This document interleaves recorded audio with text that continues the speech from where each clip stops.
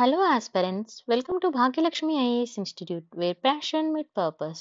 Today, we are going to discuss about the December month current affairs geography. Okay, so ఇది వచ్చేసి మనకి ఒక 13 pages ఉందండి. Complete only December month geography మాత్రమే. This is only geography. So now we will discuss how much we will complete. Let me see. So first వచ్చేసి మన topic చూడండి ఇక్కడ వాధ్వాన్ పోర్ట్. ఈ పోర్ట్ గురించి మనకు ఉంది. ఇది వచ్చేసి మనకి జాగ్రఫీ రిలవెంట్ గా. సో ఇలాంటి మనకి ఎప్పుడైనా క్వశ్చన్ పోర్ట్ రిలేటెడ్ గా వచ్చినప్పుడు మనం మెయిన్ గా ఆ లొకేషన్ ఏంటి, అది ఏ టైప్ ఆఫ్ ప్రాజెక్ట్ అనేది కూడా మనం చూసుకోవాలి. సో మరి ఇది వచ్చేసి చూడండి ఏ ట్రాన్స్ఫర్మేషనల్ డెవలప్మెంట్. ఇది లొకేషన్ తీసుకుంటే మనకి ఎక్కడ వస్తుంది అంటే మహారాష్ట్రలో వస్తుందండి. Palghar district, Vadhavan Palghar district. And ఇది వచ్చేసి ఏ టైప్ ఆఫ్ ప్రాజెక్ట్ అంటే గ్రీన్ ఫీల్డ్. ఇది ఇంపార్టెంట్. గ్రీన్ ఫీల్డ్ ఇక్కడ మనకి ఎన్ని అట్లా టైప్ ఆఫ్ ప్రాజెక్ట్స్ ఉంటున్నట్టుగా. అయితే ఇక్కడ గ్రీన్ ఫీల్డ్ అంటే ఏంటంటే ఫ్రమ్ స్క్రాచ్ టు స్టార్ట్ చేస్తారు. సో గ్రీన్ ఫీల్డ్ ప్రాజెక్ట్ అని అంటారు. నెక్స్ట్ ఇది ఎవరి ఇంప్లిమెంటేషన్ అనేది కూడా మనం చూసుకోవాలి. Implementation by the Vadhavan port project limited, VPPL full form గుర్తుపెట్టుకోవాలండి. ఇంకొకరు ఎవరు అని అంటే స్పెషల్ పర్పస్ వెహికల్, ఎస్పీవి అని అంటాము. సో ఇంప్లిమెంటెడ్ బై హూమ్ అనేది గుర్తుపెట్టుకోవాలి. నెక్స్ట్ ఇందులో కీ స్టేక్ హోల్డర్స్ ఎవరు ఉన్నారు అనేది మనకి మెయిన్ ఇంపార్టెంట్.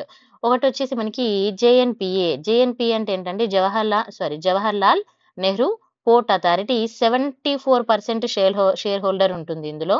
మరి మిగతా 26% షేర్ హోల్డర్ ఎవరు అని అంటే మహారాష్ట్ర మారిటైమ్ బోర్డ్. ఎందుకనంటే ఇది ఎక్కడ ఉందండి, మహారాష్ట్రలో కాబట్టి ఎంఎంబి ఇక్కడ 26% షేర్ హోల్డర్ ఉంది. Remember this. Okay, next project total cost అనేది మనకి ఎగ్జామ్ పాయింట్ ఆఫ్ ఎంత కాస్ట్ అని అడగరు, షేర్ పాయింట్ ఆఫ్ వ్యూలో మాత్రం అడుగుతారు, చూసుకోవాలి. ఓకేనా. And it include the land acquisition కూడా ఉంటుంది. అండ్ ఇంకా చూడండి కంప్లీషన్ టైం లైన్. ఇది మరి ఎప్పటి వరకు కంప్లీట్ చేయాలని పెట్టారు టైం లైన్, 2034 వరకు. నెక్స్ట్ గ్లోబల్ ర్యాంకింగ్ తీసుకుంటే మనకి ఇది వరల్డ్ లోనే టాప్ 10 లో ఉంటుంది అని చెప్తున్నారు. So this is very important, Vadhavan port. Okay, next Chakki river. చాలా మందికి చక్కీ రివర్ అంటే బియాస్ రివర్ గుర్తు రావాలి. ఎందుకనంటే బియాస్ రివర్ యొక్క ట్రిబ్యూటరీ వచ్చేసి చక్కీ రివర్ అన్నట్టుగా. సో మరి చక్కీ రివర్ గురించి తీసుకున్నప్పుడు చూడండి ఇక్కడ tributary of Beas, remember this. Okay, మరి దీని జాగ్రఫికల్ లొకేషన్ ఎక్కడ ఉంది అని అంటే హిమాచల్ ప్రదేశ్ పంజాబ్ మధ్యలో వస్తుందండి. ఓకేనా. నెక్స్ట్ కన్ఫ్లుయెన్స్ ఏంటి అని అంటే ఇట్స్ జైన్స్. ఇది ఏం చేస్తుంది అంటే it's joins the Beas river near Pathankot Punjab, ఈ రెండింటిని జాయిన్ చేస్తుంది. ఓకే, సో నెక్స్ట్ మరి దీని సోర్స్, మరి ఎగ్జామ్ పాయింట్ ఆఫ్ వ్యూ మనకి ఏం ఇంపార్టెంట్ అంటే మెయిన్ వచ్చేసి ఇది ఏ ట్రిబ్యూటరీ అండ్ ఏ లొకేషన్ అనేది ఒకటి చూసుకోవాలి. ఇంకొకటి దీని యొక్క సోర్స్ అనేది ఎక్కడ ఉంది అనేది కంపల్సరీగా చూసుకోవాలండి. దీని సోర్స్ వచ్చేసి ఎక్కడ స్టార్ట్ అవుతుంది అంటే ఇట్స్ అది snow and rain fed from the, ఇక్కడ మనకి ఏ మౌంటైన్ నుంచి వస్తుంది అనేది కూడా చూసుకోవచ్చు. ఓకేనా. ధౌల్ధార్ మౌంటైన్ నుండి ఇక్కడ మనకి అంటే ఇక్కడ ఏంటంటే సోర్స్ స్నో అంటే ఏంటి, మనకి స్నో మీ అందరికి తెలుసుగా, స్నో కరగడం వల్ల కూడా మనకి వాటర్ అనేది ఫామ్ అవుతుంది. ఇంకోటి రెయిన్ అనేది ఈ మనకి ధౌల్ధార్ మౌంటైన్స్ మీద రెయిన్ పడ్డము, అది ఎలా అంటే మనకి ఇప్పుడు ఫ్లో వస్తుంది కదా, ఆ ఫ్లో రావడం వల్ల కూడా ఈ ఈ రివర్ అనేది ఫామ్ అయిందని చెప్తున్నారు.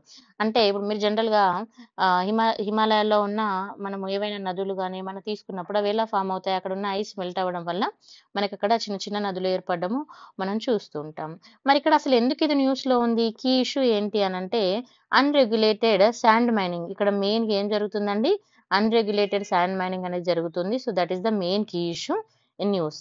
అండ్ ఇట్స్ ఇంపాక్ట్ ద, మరి దీనివల్ల ఏం ఇంపాక్ట్ అవుతుందంటే it alter the river course ని అల్టర్ చేస్తుంది. At the same time degraded river bed and bank erosion, ఈ మూడింటి మీద ఇంపాక్ట్ చూపిస్తుంది. కాబట్టి ఇది మనకి ఇక్కడ మెయిన్ గా న్యూస్ లో అయితే ఉండడం జరిగిందండి.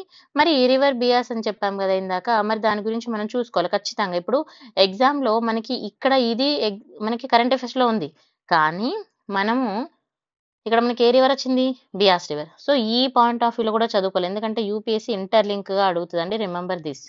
Okay, very very important. If it is state exam మనం ఈ పాయింట్ ఆఫ్ వ్యూలో ఎక్కువ ఫోకస్ చేయాలి, సెంట్రల్ ఎగ్జామ్ కి ఇది ఈ పాయింట్ ఆఫ్ వ్యూలో ఎక్కువ ఫోకస్ చేయాలి. ఓకే, నెక్స్ట్ చూడండి ఇది వచ్చేసి మనకి water way of northern India. మరి జాగ్రఫికల్ కవరేజ్ తీసుకుంటే Himachal Pradesh and Punjab.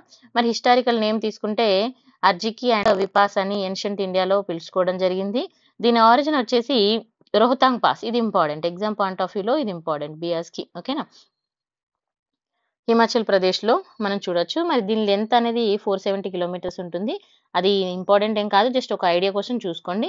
Main confluence తీసుకుంటే అంటే ఇది ఏం చేస్తుంది, మెయిన్ ఎందుకు అనంటే it merges with the Sutlej. Okay. Sutlej river ఎక్కడ ఇది మనకి మెర్జ్ అవుతుంది, సుత్లజ్ రివర్ తోటి మెర్జ్ అవుతుంది. ఎక్కడ అంటే Harike pattern and south of Amritsar, Punjab ప్లేసెస్‌లో ఇది మెర్జ్ అవ్వడం జరుగుతుంది. మరి దీని యొక్క డ్రైనేజ్ బేసిన్ ఎక్కడ వరకు ఉంటుంది అనేది మనం చూసుకోవాలి. అరేబియన్ సీలో కలుస్తుంది. డ్రైనేజ్ బేసిన్ అంటే ఎక్కడ కలుస్తుంది అంటే అరేబియన్ సీలో కలుస్తుంది. నెక్స్ట్ వచ్చేసి మేజర్ ట్రిబ్యూటరీస్ అనేది మనం చూసుకోవాలండి. మీరు ఎప్పుడు కూడా మ్యాప్ అనేది డ్రా చేసుకోవాలి. దీని ట్రిబ్యూటరీస్ తీసుకుంటే Bain, Banganga, Chakki, Parvati and Tirthan and others ఇవన్నీ మనకి చాలా ఇంపార్టెంట్. నెక్స్ట్ వ్యాలీస్ తీసుకున్నప్పుడు it's forms the Kullu and Kangra valleys ని ఇక్కడ ఫామ్ అవడం చూడొచ్చు. And crucial for agriculture and tourism, ఇది ఇంపార్టెంట్ పాయింట్ అండి. ఓకేనా. Next daylight saving time, DST అని అంటాం.